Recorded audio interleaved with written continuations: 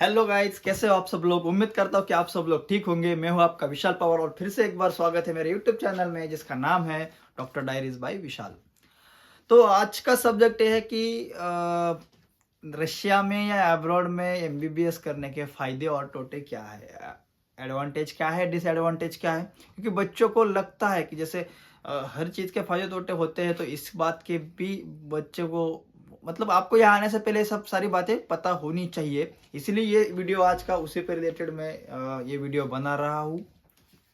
तो वीडियो शुरू करने से पहले मैं आपको रिक्वेस्ट करूंगा कि आप प्लीज़ मेरे चैनल को सब्सक्राइब कर लीजिए, लाइक एंड शेयर ज़रूर करना। और क्या ही बोलूँ, मुझे प्लीज़ सब्सक्राइब कर दीजिए। तो शुरू करते हैं आज के वीडियो के लिए। तो शुरुआत करते हैं डिसएडवांटेजेस से। डिसएडवांटेजेस क्यों?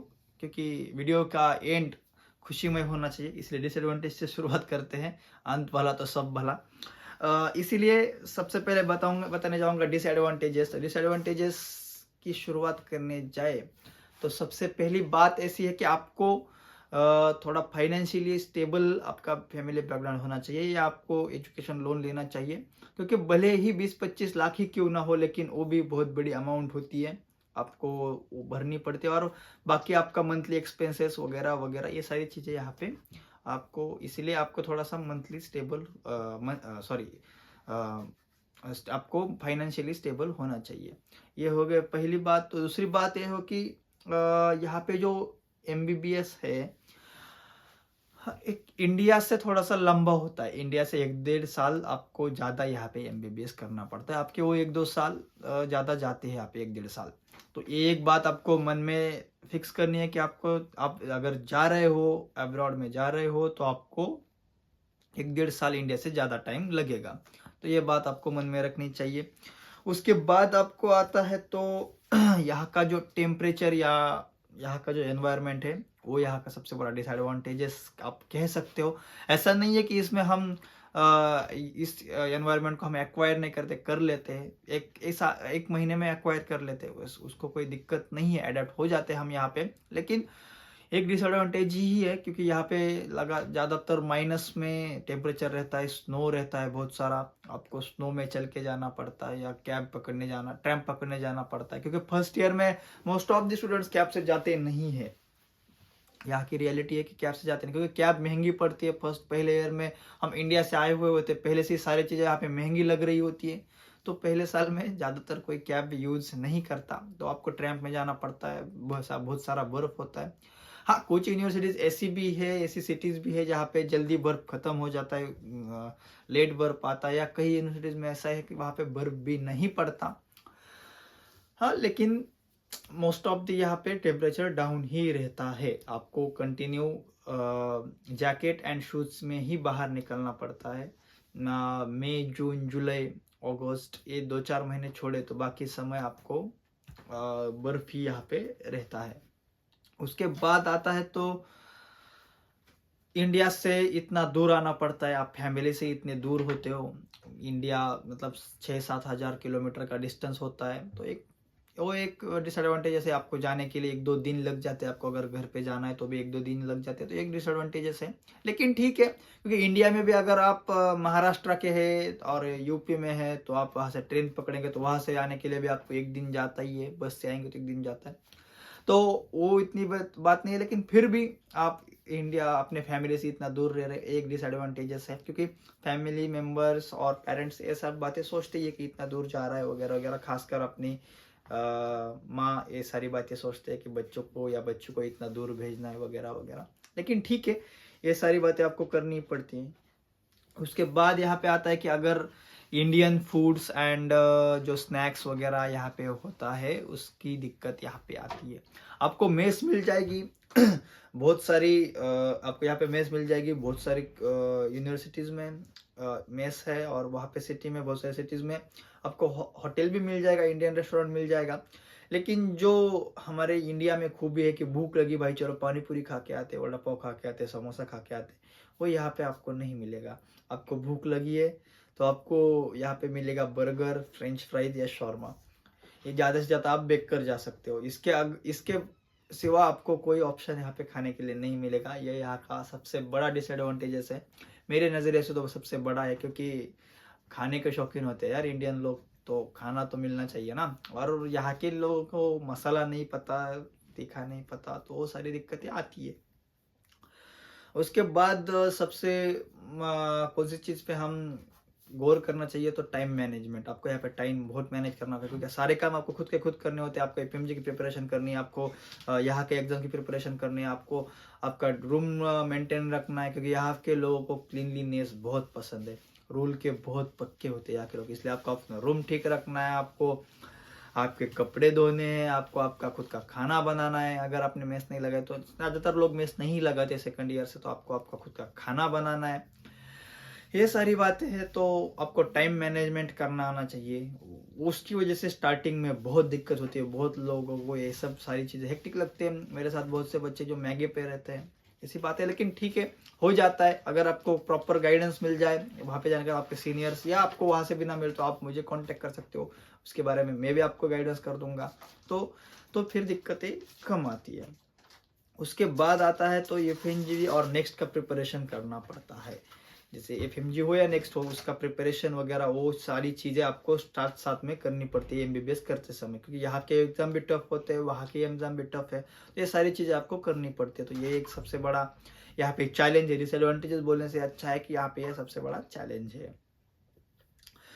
फिर अगर आप यहाँ पे प्रेशर बढ़ता है भाई, ये सारी चीज़ आप जो मैंने आपको ऊपर बताई, इसकी वजह से आपका प्रेशर कितना भी आप ना बोले तो आपका प्रेशर बढ़ता है कि भाई हम खुद अगर खाना बनाने का सोच आए तो ऐसा लगता है भाई आज खाना नहीं खाते, ऐसे ही सो जाते, लेकिन खाना नहीं बनाना, ऐसी कंडीशन आती है, क्योंकि यहाँ पे वो सब सारा प्रेशर मैनेज करना ही पड़ता है। तो आपको इतना मेंटली स्ट्रांग होके ही आना है अगर आप अब्रॉड आ रहे हो, तो ये सारी बातें आपको ध्यान में रखनी ही है।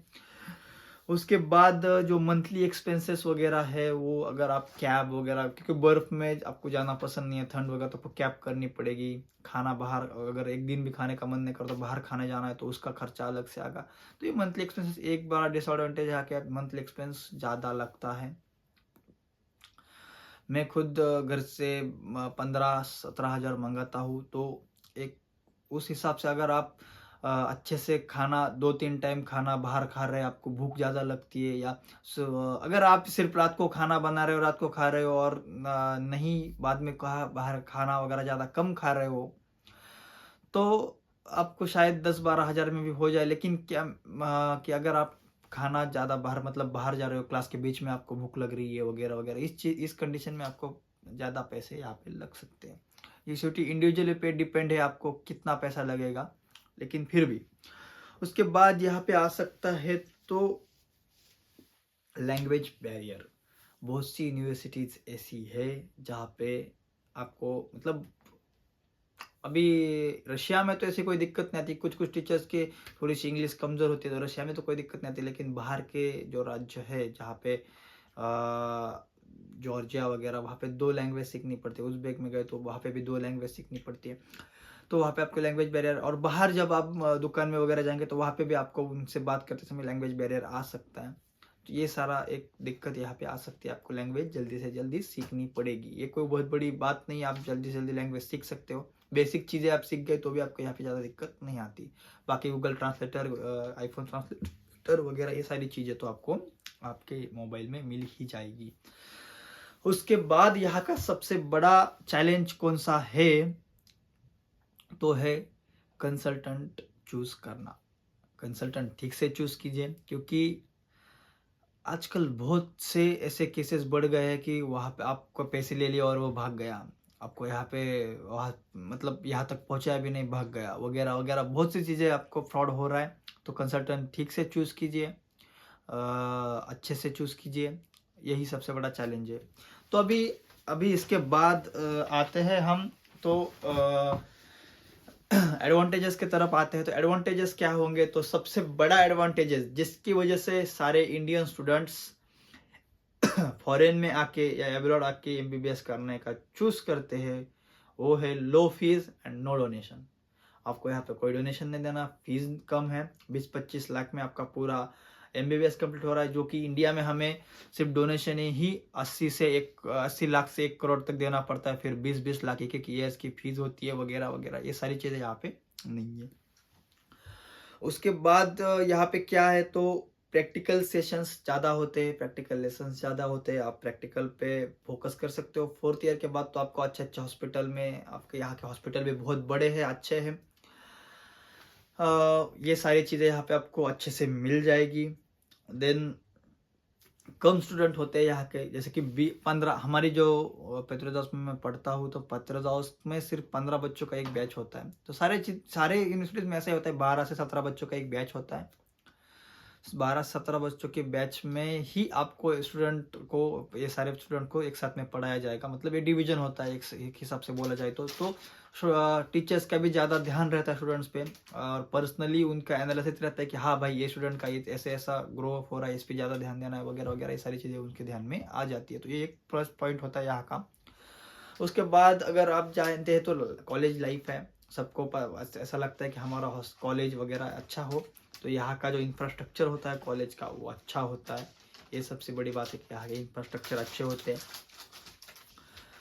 फिर एक से जैसे हम बोलते हैं कि भाई अब्रॉड गया है, दूसरे देश में गया है, वो एक हम इसमें इसको भी एक प्लस पॉइंट मान सकते हैं, एडवांटेजेस है लेकिन प्लस पॉइंट मान सकते हैं कि आप दूसरे कंट्री में जा सकते हो, बाहर जा रहे हो, ये सारी चीज़ें हैं, नए नए कल्चर में आप रह रहे हो वगैरह। देन आप प्रॉब्लम्स को अडेप्ट कर लेते हो, नए प्रॉब्लम्स, न्यू लाइफस्टाइल को अडेप्ट कर लेते हो आप। जैसे अगर आप यहाँ पे एमबीबीएस के लिए अब्रॉड में रशिया में 6 साल रह चुके हो ना, तो मैं कसम से कह सकता हूँ कि आपको फ्यूचर में कोई दिक्कतें नहीं आएंगी, क्योंकि कोई भी दिक्कत आए तो आप उसको फेस करना पहले से ही सीख चुके हो। तो ये एक प्लस पॉइंट है। बाकी यहाँ के लोगों को रूल्स बहुत पसंद है, मैंने पहले ही बताया, इसकी वजह से आपको रूल्स फॉलो करने की आपको एक आदत सी लग जाती है, आप अच्छे से रूल्स फॉलो वगैरह करते हो। फिर आपको है यहाँ पे सेल्फ इम्प्रूवमेंट का मौका मिलता है रूल्स वगैरह फॉलो करने से, क्लीनलीनेस की वजह से, ये सारा चीज़ की वजह से आपको सेल्फ इम्प्रूवमेंट का मौका मिलता है। फिर कंटिन्यू एग्जाम्स होते हैं यहाँ पे, हफ्ते में हर हफ्ते में एग्ज़ाम होती है, इसलिए आपको एग्ज़ाम करने की या पढ़ाई करने की एक आदत सी लग जाती है। ये एक फ़ायदा है आपका यहाँ आने के बाद। फिर आप न्यू लाइफस्टाइल को अडेप्ट करते हो, यहाँ के कपड़े, यहाँ के कल्चर वगैरह वगैरह सारी चीज़ें आप यहाँ पे आने के बाद अडेप्ट कर लेते हो, नए कुछ चीज़ें सीखते हो, आपको कुछ अच्छी चीज़ें फॉरेन जाके सीखने का मौका मिलता है।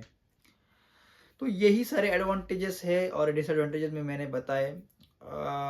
इसके अलावा अगर आपको कुछ डाउट्स हो तो आप मुझे व्हाट्सएप पे मैसेज कर सकते हो, स्क्रीन पे मेरा नंबर है, या आप मेरा नंबर डिस्क्रिप्शन में भी ढूंढ सकते हो, मैं वहाँ पे आपको अवेलेबल मिलूँगा। आपका जो भी डाउट्स है मैं 100% सॉल्व करने का ट्राई करूँगा। अगर आपको मेरा वीडियो पसंद आया हो तो लाइक, शेयर एंड सब्सक्राइब ज़रूर करना, और कुछ डाउट हो तो कमेंट या व्हाट्सएप पे मैसेज कर सकते हो। मिलते हैं नेक्स्ट वीडियो में, तब तक के लिए बाय बाय।